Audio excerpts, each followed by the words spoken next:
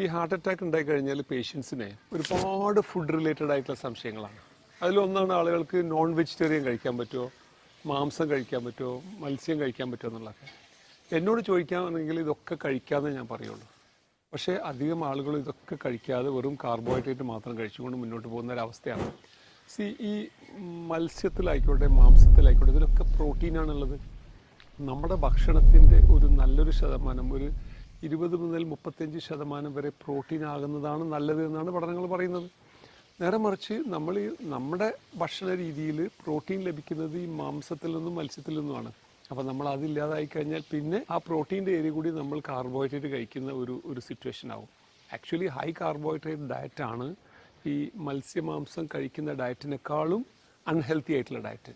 അതുകൊണ്ട് തന്നെ heart attack കഴിഞ്ഞാൽ പേഷ്യൻസിന് മത്സ്യവും മാംസവും മുട്ടയും എല്ലാം കഴിക്കാം എന്ന് ഞാൻ പറയൂ. പക്ഷേ അതിൻ്റെ ഒരു പ്രൊപ്പോർഷൻ എപ്പോഴും ശരിയായിരിക്കണം എന്നുള്ളത് മാത്രമാണ്.